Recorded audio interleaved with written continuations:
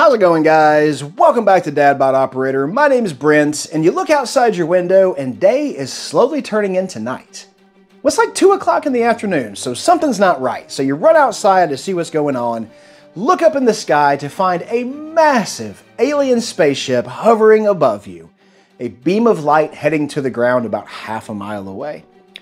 You don't know what's going on, but you sure know you're going to be armed for it, so you run back inside the house, and after you change your underwear, you run to the safe, pop it open to find these two loadouts, either the Sig P226 Mark 25 and the Arsenal SAM7R, or the Colt Python and the FN SCAR 17S.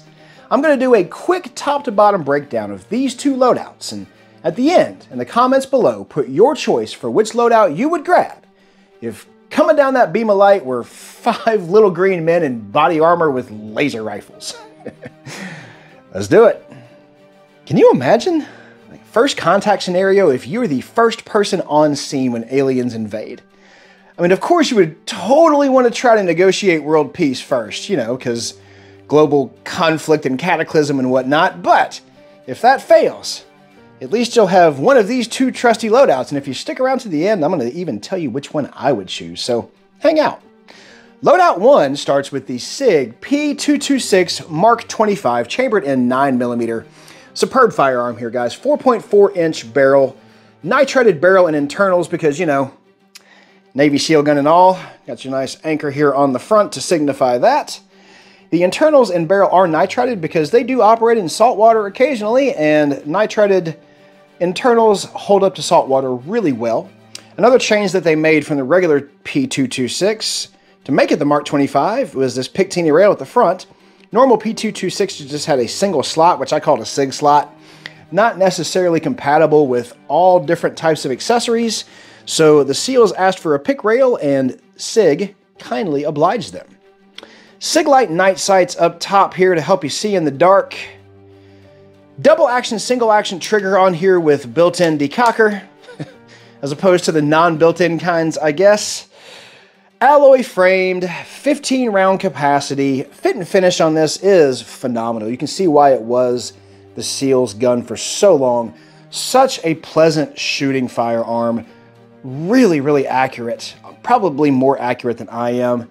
Overall fit and finish is great. I've had this for a few years now. Not a scratch on it. So the finish holds up really, really well as well. Showing you guys the trigger here. I am using some snap caps so all my internet range safety officers can sleep quietly this evening. Thanks for keeping us all safe. Single action trigger on here is about 2mm of take up, so quite a bit, but a solid wall into a clean and crisp break. You know exactly when it's going to break. Reset on it is about 2mm, so a lot of reset travel there, but they do make a short reset trigger that you could pop in there. The one that comes in the Legions, but I like my girl the way she is, so we're going to keep her just like this. All in all, one of the best pistols on the market, one of my favorite ones to shoot, and you can see why the SEALs held on to it for so long. Let's go check out its rifle. And it is the Arsenal SAM7R, chambered in 7.62 by 39. Again, superb firearm here, guys. She is not the prettiest girl in the pageant by any means. She's been sitting around on the couch all summer, and she's been eating Little Debbie's and watching TV, so she's put on a few pounds. She didn't save up any money, so she doesn't have the prettiest dress. But that personality will ensure her a slot in the top 3. I feel like I may have worn that analogy out, so we're going to move on. 16.3-inch cold hammer forged chrome-lined barrel made by a company named Steyr, and no, not that one. They make fantastic barrels, and Arsenal gladly puts them in their SAM7Rs. 2-chamber muzzle brake on the front to help tame some of that recoil. Long stroke piston operating system. Inside makes it reliable and still, strangely enough, really smooth shooting. Polymer furniture on here is nothing to write home about, but again, not the prettiest, but still one of the best shooting overall.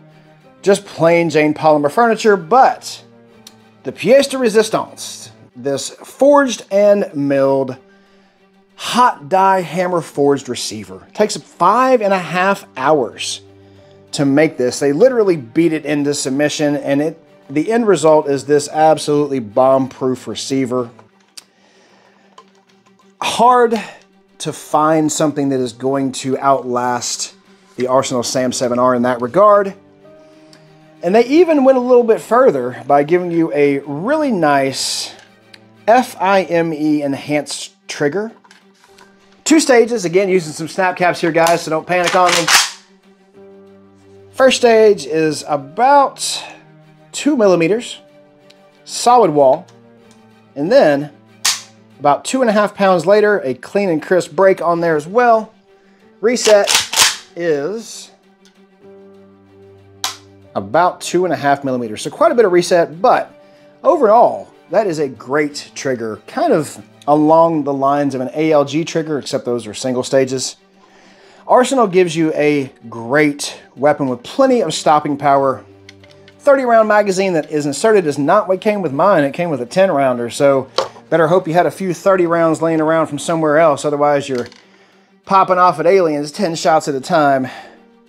But if you do have a 30-rounder or two, you'll be happy with the end result on this if it comes to blows with the little green men. Let's check out Loadout 2. Loadout 2 starts off strong with the Colt Python, chambered in 357 Magnum or 38 Special. This one was made in 2020, so not one of the OGs, unfortunately, but it is still a masterful firearm. 3-inch barrel, stainless steel. Double action trigger on this is one of the nicest triggers I've felt, regardless of the firearm. And I'll show you that in a minute. Single action capability on it as well, but you do have to, of course, cock the hammer yourself to do that. These are no longer hand fitted, unfortunately, but the machine work on it is absolutely brilliant. You can see just one of the nicest machined revolvers that I have found in a while, and for what they charge for them, it damn well better be. These are going for about 1,500 bucks, so it better be worth it, and this one definitely is. Red ramp front sight post, adjustable rear sight here with some little Allen keys. Overall fit and finish on this is beautiful. 6-round capacity, 8.5 inches long, 5.5 inches high, and a weighty girl at 2.5 pounds. So if you're carrying this one, weight can become a factor. Now I know it's only 2.5 pounds, but if you are gearing up for an alien invasion, those pounds add up quickly. The trigger, like I said, is phenomenal. Double action, about 7 pounds, but it is just so smooth. You know exactly when it's going to go. Single action is about 4 pounds and just so clean and smooth. I mean, it is one of the nicest triggers I have felt on a firearm, regardless of the firearm type.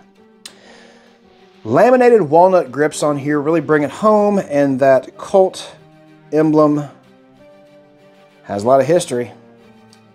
Fit and finish on it's phenomenal. I mean, it really is one of the coolest firearms and the first revolver in the DadBod squad. We are happy to have it, and happy to have it be a part of our alien loadout. What do you think, guys? Wouldn't be a bad one to carry with you. 6-round capacity is kind of a downside, I'm not going to lie. But, I mean, you know, you got a pocket, so throw some 357 in there, you'll be fine. Let's check out the rifle for Loadout 2. And that is the FN SCAR 17S, chambered in 7.62 by 51 or 308, 16.25 inch cold hammer forged chrome lined barrel on here with a 1-to-12 twist. Really nice 3-chamber muzzle brake up here at the front that does seriously help tame some of that recoil, but man, if you shoot that in an indoor range, everybody's gonna hate you. And I speak from firsthand experience when I say that, because dear God, my ears are still ringing. That is just one loud firearm, especially with that brake on the front. Short stroke piston operating system on here. Nice folding backup iron sights. It's got the open top ghost ring sight as well, so that you can let a little light in and be able to see that front sight post. Picatinny rails all the way around gives you kind of a quad rail setup, leaving plenty of real estate there for any types of lights, lasers. If we're going high-tech against the aliens, you got to have some lasers involved. D-balls, anything else you need to put on there. This will accommodate that because the Picatinny rail system runs all the way across the top of this monolithic, hard anodized receiver, all one piece up here, of an aluminum persuasion. They don't really like to tell you what type of aluminum that it is, but I'm going to assume it's probably 7075 T6, but I don't know because I couldn't find it. If you happen to know, please put the answer in the comments because I like to be as thorough in these as I can. And not knowing the type of aluminum is a little bothering to me, I'm not going to lie. Another thing that bothers a lot of people, the polymer lower on the FN SCAR. Now it does reduce a lot of weight, and I haven't heard of any issues of them breaking or anything like that, but you pay what you pay for a SCAR and you get a polymer lower with it. So some people have a problem with it. I don't necessarily. Doesn't hurt my feelings at all and saves a little bit of weight. You got ambi, mag release on this side, bolt catch and release, and safety selector. Of course, your charging handle can be moved from one side to the other if need be, and on this side, you have your standard mag release and ambi safety selector as well. A2 grip had to go on this one because I can't stand A2 grips, and I put a BCM Mod 0 on there and did a little whittling to make it fit, and it has worked out just fine as I darn near knocked you guys over. Sorry about that. UGG boot on here is tactical. 6 positions, sliding all the way up and down there. Adjustable cheek riser here. Folding stock, which can also fire while folded. Your brass deflector also doubles as a retention device for your stock as well. 20 round magazine comes with it, and that 308 stopping power will definitely make an impact if need be. Overall fit and finish on this is great. I mean, and for what you pay for these, you would expect it to be. This is the reciprocating charging handle version because the non-reciprocating is a lot more money and I didn't feel like spending that. And honestly, I'm just gonna keep my thumb out of the way and we'll call it good and save $1,000. The downside to this can be summed up in one word: trigger. Mil-spec trigger. For what you pay for these, you would expect it would have a decent trigger in it. But, again, using snap caps here, guys, mil-spec trigger. About 8 pounds. It's just, it's about as basic bitch as you can make a rifle in that regard. They spend all this time making this beautiful rifle and making it world famous because everybody knows a SCAR when you see it from movies, from Call of Duty, whatever it may be. And then when they have a chance to shine, they stick a mil-spec trigger in it. Now Geisley does make one, but they charge $350 for those guys, and I just bought a SCAR, so we're gonna have to hold off on that for now. But in an alien encounter scenario, I would have no problem taking this one into battle with me. Whether or not the armor of the alien friends that come to invade holds up is another story altogether. That's the choices, guys. The FN SCAR 17 and the Colt Python, or the Sig P226 Mark 25 and the Arsenal SAM7R. So which one would I choose?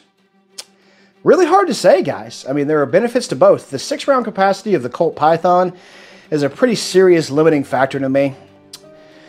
So that one is probably a detriment in my mind, but the SCAR kind of makes up for it. Honestly, if I'm picking at this point, I'm probably going to go with the Sig and the Arsenal because 30-round magazine on the SAM7 as opposed to 20. The reliability of AK, the reliability of that Sig P226, and in a scenario where your life is dependent upon reliability, it's something that I have to have. And for that reason, I would pick Loadout 1. What's your choice, guys? Put it in the comments below. I love having conversations with you guys down there. It's one of my favorite parts of doing this YouTube thing that I've been doing. As always, to my long-term subscribers and viewers, thank you guys so much for watching, liking, sharing, subscribing.